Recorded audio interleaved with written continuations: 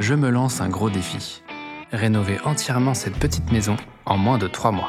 Toiture, isolation, électricité, tout doit y passer. Donc ne perdons pas plus de temps, allons voir à l'intérieur. On arrive directement sur un grand séjour cathédrale avec une cuisine ouverte. Et sur la partie arrière, on a le coin nuit avec la chambre qui donne sur un toilette indépendant et la salle de bain. Pour chaque partie, je vais essayer de vous détailler au maximum les dépenses. Parce que vous allez le voir, il va falloir bidouiller un peu pour pas trop dépenser. Ouais. Et bien première chose, gros coup de nettoyage. C'est parti pour le studio. Parce que ça va être une maison pour les amis et la famille qui viennent en vacances. Mais surtout le reste du temps, ça va être mon bureau. Donc je vais pouvoir m'amuser à faire des trucs sympas niveau déco. Alors ici, je sais pas trop ce qui s'est passé. Mais franchement, je peux pas croire que ce soit des rongeurs qui aient fait ça quand même. Mais d'un côté, les preuves sont accablantes. Bon, y a pas grand chose que j'ai pu garder. À cause de l'humidité et des rongeurs, tout était un peu abîmé. Donc j'ai fait place nette.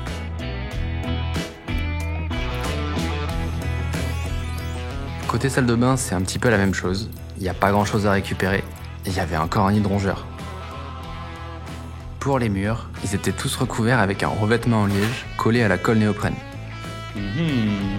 Et forcément, au fil des années, ça a commencé à moisir derrière. Donc il y a des fois où il vaut mieux carrément retirer tout le mur. C'est des plaques de plâtre doublées avec de la laine de roche. Ça existe encore aujourd'hui, mais maintenant c'est souvent avec du polystyrène. Et c'est vrai que c'est assez pratique, ça permet de combiner l'isolant avec la plaque de plâtre sans avoir à faire d'ossature métallique. Le toilette. Bon là, je pense qu'il n'y a pas de question à se poser, je retire tout.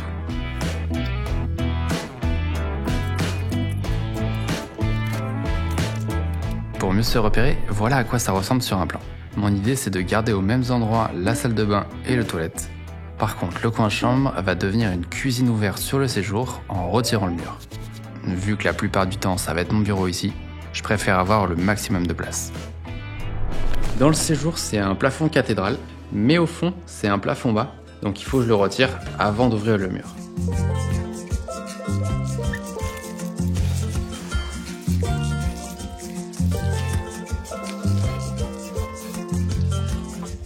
Ah, comme ça on va pouvoir retrouver de la hauteur sous plafond. Par contre, visiblement, il y avait le chauffe-eau qui était caché ici aussi. Je vais le retirer, comme ça je pourrai le remplacer pour quelque chose de plus optimisé pour cette maison. Parce qu'à part l'eau chaude dans la cuisine, il y aura assez rarement de demande d'eau chaude. Donc c'est pas la peine d'avoir un gros ballon qui ira chauffer et se entartrer pour rien. Oui, je suis content de ne pas l'avoir gardé. Je pensais pouvoir laisser le plafond du toilette et de la salle de bain, mais à cause de quelques fuites d'eau, il vaut mieux le changer. Et puis c'était devenu le repère d'un paquet d'insectes.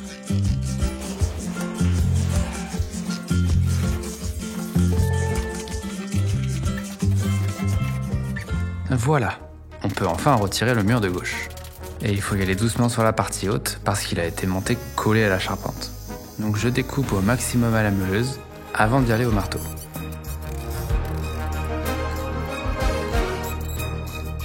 Et une fois qu'on est plus solidaire de la charpente, on peut y aller un peu plus fort.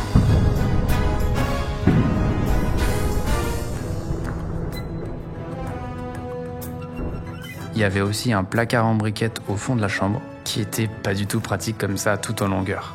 En tout cas, avec même pas 2 cloisons en briques, on se retrouve avec plusieurs centaines de kilos de corva. On n'oublie pas les chaussures de sécurité, sinon ça casse les pieds. Bon faut tout ramasser maintenant.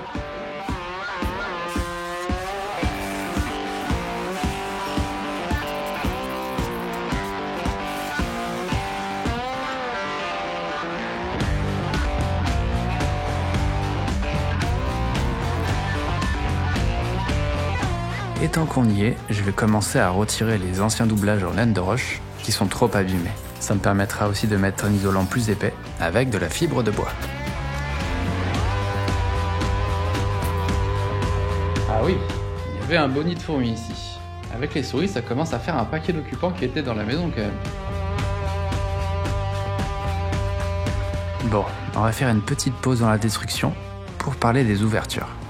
On va commencer par la porte de derrière, qui déjà est pas très accueillante. La porte est mignonne, mais disons qu'elle a un petit peu fait son temps. La poignée c'est pareil, on n'en parle même pas. Mais surtout j'ai un problème de taille. Littéralement de taille. Je passe tout juste. Je veux bien que ce soit la porte de derrière, mais quand même c'est pas très pratique. Et puis niveau thermique, c'est un peu la cata. ce qui me fait pas mal d'excuses pour la changer. Donc je suis parti d'une porte-fenêtre en bois standard, ça veut dire qu'elles sont fabriquées en série et donc elles coûtent beaucoup moins cher que des fenêtres sur mesure. Par contre, parfois, faut ajuster un peu. Donc celle que j'ai trouvée de plus proche, elle rentre parfaitement dans la largeur. Par contre, la hauteur, elle est un peu plus petite. Un petit bloc au-dessus pour réajuster. Hop là. Forcément, c'est le problème quand on ne prend pas du sur-mesure. Mais à 260 € la porte-fenêtre en bois, je trouve que ça vaut quand même le coup. Ça m'aurait probablement coûté beaucoup plus du double en sur-mesure.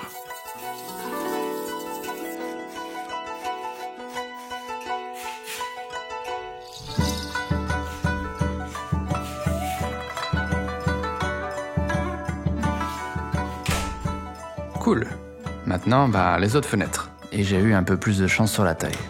Coup de chance, la taille des encadrements est standard, donc j'ai pu trouver des fenêtres en bois un peu similaires en stock, parce que sinon tout ce qui est sur mesure, c'est 6 à 8 semaines de délai. Et oui, forcément, il y a un truc qui est cool avec les standards, c'est qu'on les a directement. Et puis là, pour le coup, j'ai eu aucune modif à faire. Côté prix, elles m'ont coûté 200 € chacune. Et elles sont aussi en bois pour être accord avec ce qu'il y avait avant.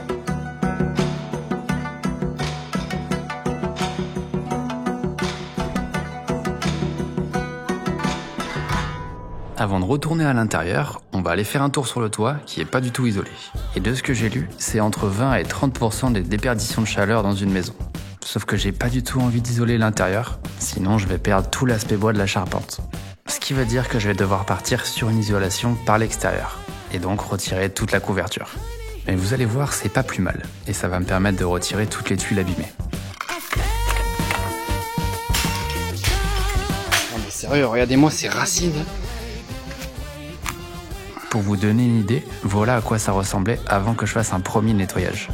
J'avais tout nettoyé l'été dernier et fait l'étanchéité, mais il y avait tellement de végétation que ça n'a pas fait de miracle. Donc je suis content de tout retirer aujourd'hui.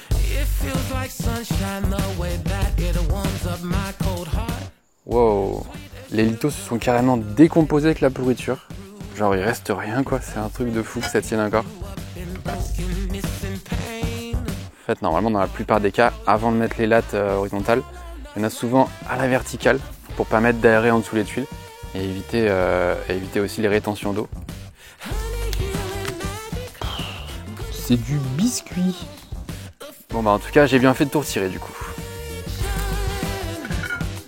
Allez, on continue. Et bonne nouvelle, le reste est moins pourri. Mais par contre, le bois est en train de se faire manger par des larves. Ce qui est pas forcément beaucoup mieux, je vous l'accorde. Bon allez, je me débarrasse de tout ça au plus vite, et heureusement, le reste de la charpente est en très bon état. C'était juste au niveau de la couverture.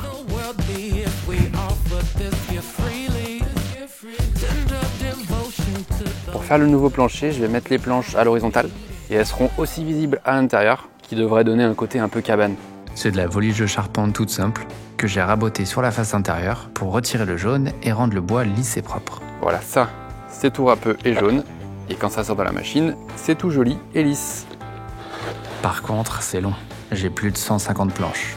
Avec le recul, j'aurais peut-être dû acheter du bois déjà raboté, ou genre un bardage avec des encoches. Mais bon, c'est comme ça qu'on apprend. J'ai fait 3 tests de teinte, et je vais partir sur celui-là. J'ai l'impression que c'est celui qui fait le plus authentique, et c'est juste du brou de noix avec de l'huile de lin. Il n'y a plus qu'à venir clouer tout ça sur les chevrons. Et je commence par le haut, c'est pas le plus pratique, mais au moins je suis sûr de finir avec une planche entière. Ça change tout l'aspect à l'intérieur, c'est tellement plus chaleureux. Et je pense que quand tout sera posé, ça fera exactement l'effet que je voulais. Bon allez, maintenant on passe à l'isolation. Je vais le faire en 2 fois, comme ça je stocke une partie des tuiles à droite, et une fois isolé, paf, je fais la même chose de l'autre côté. L'isolation d'une toiture par l'extérieur, aussi appelée sarking, consiste à faire comme un sandwich avec un isolant rigide entre les chevrons et la couverture. C'est assez simple à poser, et vu que c'est d'un seul bloc, il n'y a pas trop de pont thermique. Donc on y va. Je commence par la pose du frein vapeur. Et ensuite, place à l'isolant. J'ai pas forcément grand chose à vous recommander, donc ne voyez pas du tout ça comme un tuto. Chaque maison aura des besoins différents en fonction de sa localisation, etc. Moi, pour pas mettre trop de poids sur la charpente, j'ai choisi un isolant synthétique qui a une bonne résistance thermique. Maintenant, écran sous toiture, et le sandwich est prêt. Pour faire tenir tout ça, je vais mettre les contrelates qui seront en parallèle et vissées sur chaque chevron.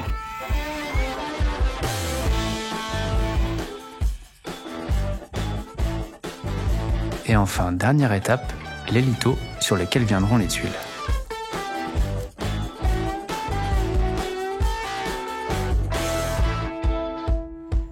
puis bon, il y a un gros orage qui arrive. Donc j'ai couvert la souche de la cheminée, qui n'est pas encore finie, et le fêtage aussi.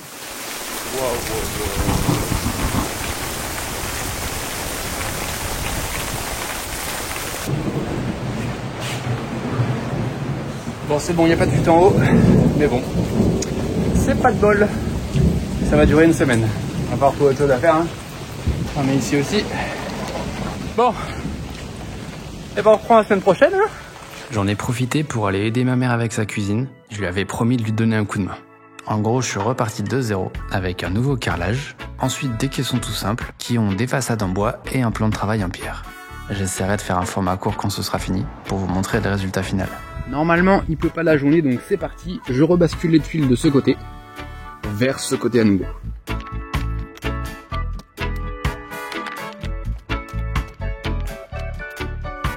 Ça fait pas vraiment de différence vu d'ici.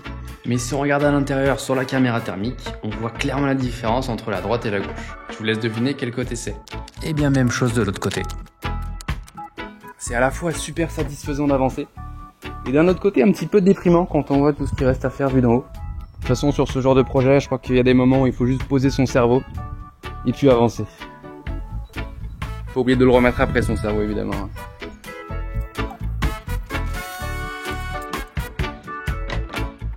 Bon bah, on dirait pas comme ça, mais il y a encore de la pluie demain. Donc rebelote, je couvre tout.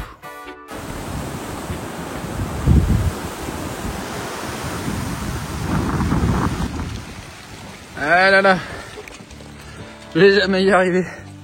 Un peu de soleil, s'il vous plaît. Ou enfin, pas de pluie, quoi. Allez, dernière ligne droite. Et cette fois-ci, ça devrait aller un peu plus vite, vu que je me suis déjà entraîné de l'autre côté.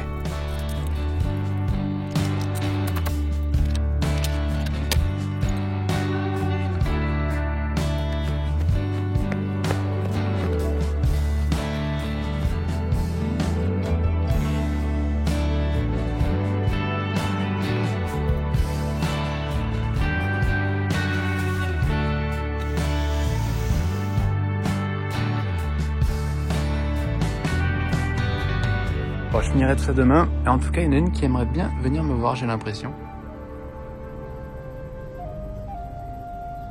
Mais c'est vraiment un chat. Elle me fatigue, c'est super haut. Qu'est-ce qu'on va faire de toi? Non mais... Pourquoi? Pourquoi tu fais ça? Bon, et pour en rassurer certains, je vous mets aussi la descente.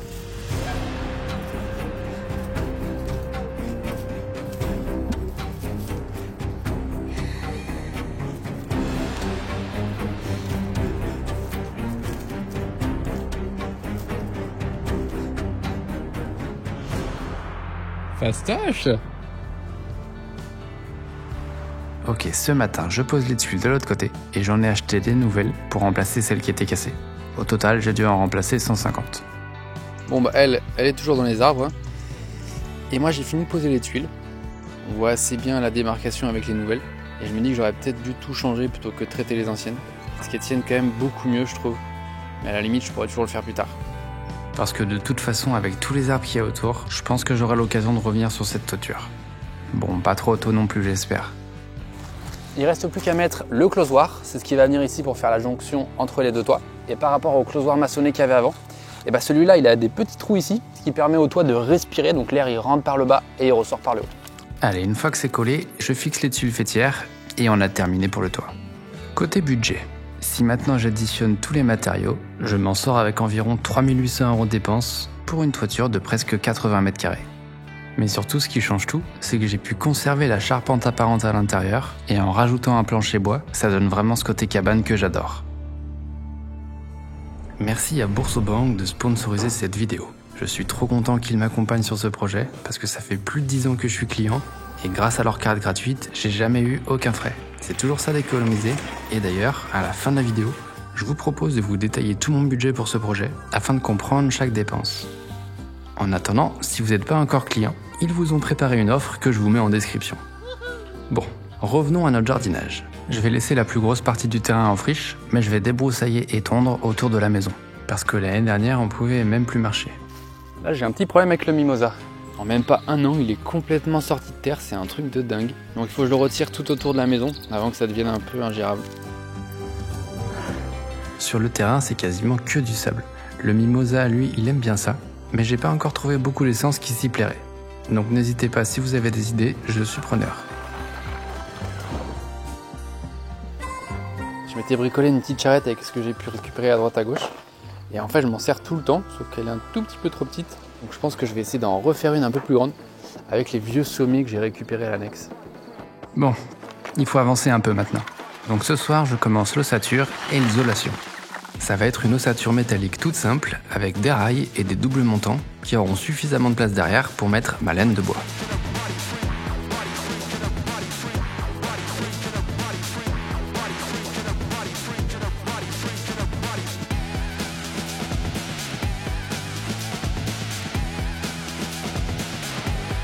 Le lendemain, après avoir passé mes gaines électriques, je mets le pare-vapeur et ensuite on peut plaquer le BA13. Il est jaune parce que c'est du multifonction, ça veut dire qu'il résiste un petit peu mieux à l'humidité et au feu. Il est phonique et mécaniquement un peu plus costaud. Par contre, ça veut aussi dire qu'il est beaucoup plus lourd.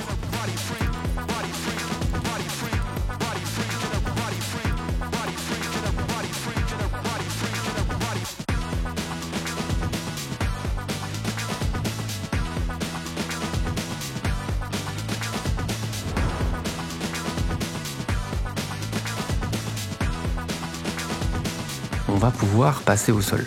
C'est un carrelage qui est sur toute la surface. Je suis pas trop fan et vu que j'ai retiré des murs, ça fait des gros trous au sol. Donc je vais faire un ragréage pour tout remettre droit. Avant de couler le ragréage, il faut que je le ponce un petit peu parce qu'il est beaucoup trop lisse, ça va jamais adhérer. Et donc je vais utiliser ce disque, c'est super pratique, ça s'adapte sur quasiment toutes les meuleuses. Et en fait on vient mettre l'aspirateur au bout.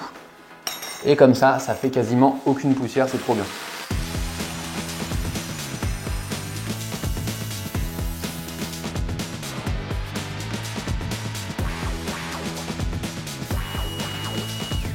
Une fois bien poncé, je mets le primaire d'accrochage et des petites mousses tout autour de la pièce pour la dilatation et aussi éviter d'éclabousser les murs quand je vais couler le ragréage.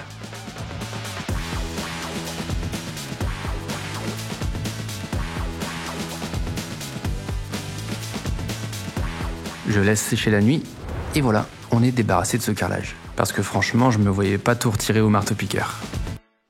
Bon, du coup, la cuisine sera ici, avec un plan de travail qui va venir jusque là pour faire un bar. Au-dessus, on va avoir une étagère en plaque de plâtre pour pouvoir faire des rangements. Et ici, j'ai laissé le mur brut parce que pareil, il va y avoir une étagère en plaque de plâtre qui aura une forme de cercle pour habiller tout cet espace. Eh bien, on y va pour l'étagère de droite. J'ai commencé par la tracer au mur pour être sûr de la taille, et ensuite j'ai enduit uniquement cette partie. Pas de gaspillage d'énergie, je vais encore en avoir besoin. Maintenant, il faut recréer le cercle. Pour ça, j'ai pris des chutes d'OSB que j'ai coupées à la scie sauteuse et vissées au mur. C'est ce qui me servira de support arrière pour les plaques de plâtre. Et même idée pour la face avant, sauf que cette fois-ci, ce sera une structure métallique. Et pour recréer le cercle, j'ai découpé un rail pour pouvoir le placer en arrondi sur les montants. Voilà. On a fini la plus grosse partie de la structure. On va pouvoir l'habiller avec les plaques de plâtre.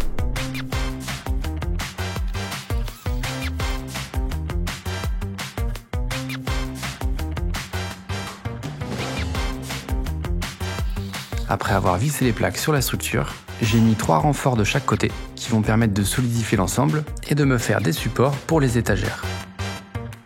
Ok, on peut fermer tout ça avec du BA13 craqué sur un côté pour pouvoir le courber.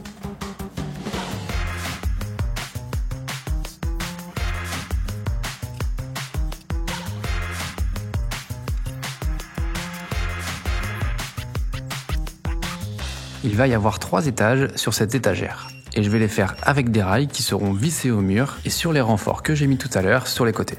Mais avant de tout mettre, j'enduis l'intérieur du cercle pour qu'il soit bien lisse. Et maintenant je peux fixer mes étages, qui seront recouverts en sandwich avec des plaques de plâtre.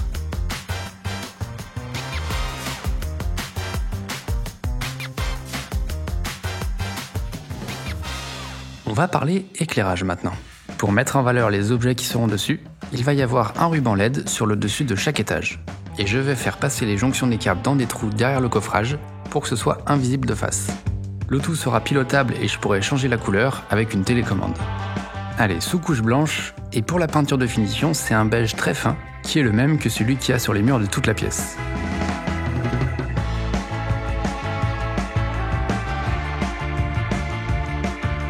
Voilà pour l'étagère, et du coup vous l'avez vu, la porte de la salle de bain, c'est une porte en pin que j'ai teintée avec du brou de noix, et puis je l'ai installée avec un système coulissant un peu industriel avec des poulies.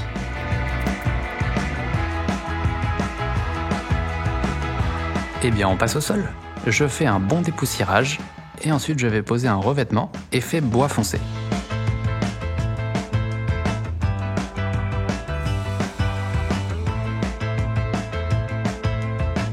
J'ai pris le revêtement le plus costaud que j'ai pu trouver, parce que quand je vous ai dit que ça allait être mon bureau, vous me connaissez, c'est pas pour faire du traitement de texte. Donc il me fallait quelque chose de bien résistant.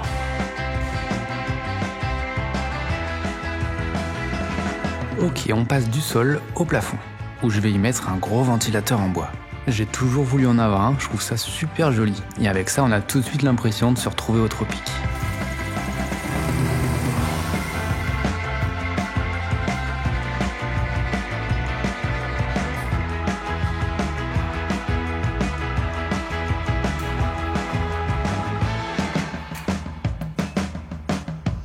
L'air frais.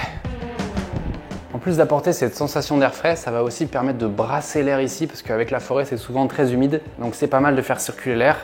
D'ailleurs, je vais aussi rajouter 2 extracteurs d'air, un qui sera dans la salle de bain et l'autre au niveau de la cuisine là-bas. Et pour faire rentrer l'air, il y a 2 entrées, une qui est ici et l'autre là-bas. Et avec tout ça, j'espère que j'aurai pas de problème d'humidité. Je mets aussi une suspension pour avoir de la lumière vers l'entrée. Et on est bon.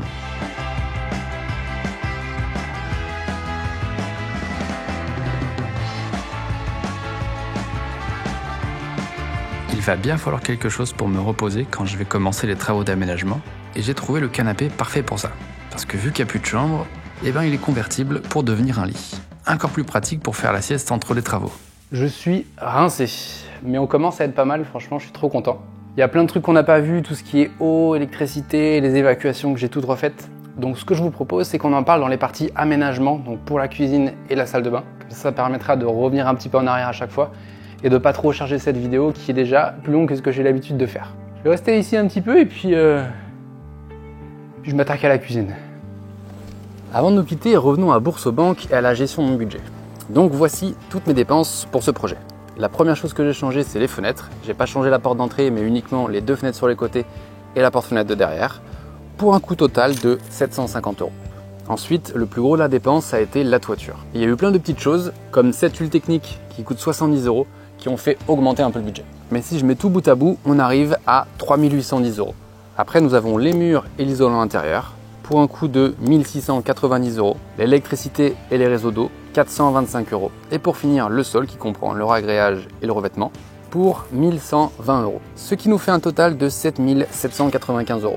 Et donc grâce à l'appli Boursorama, vous pouvez en temps réel voir votre solde bancaire, trier et regrouper toutes les opérations de bricolage et voir quand il faut freiner un petit peu pour respecter votre budget. En tout cas, voilà combien moi ça m'a coûté sur ce projet. J'espère que j'ai pas oublié trop de choses, en tout cas c'était plus pour vous donner une idée en général pour chaque poste de dépense si vous faites vous-même. Par contre, c'est intensif. Tout n'est pas parfait non plus, mais ça m'a permis d'apprendre plein de choses et c'est aussi le but de tout ça. Donc voilà les amis, on se retrouve dans le prochain épisode.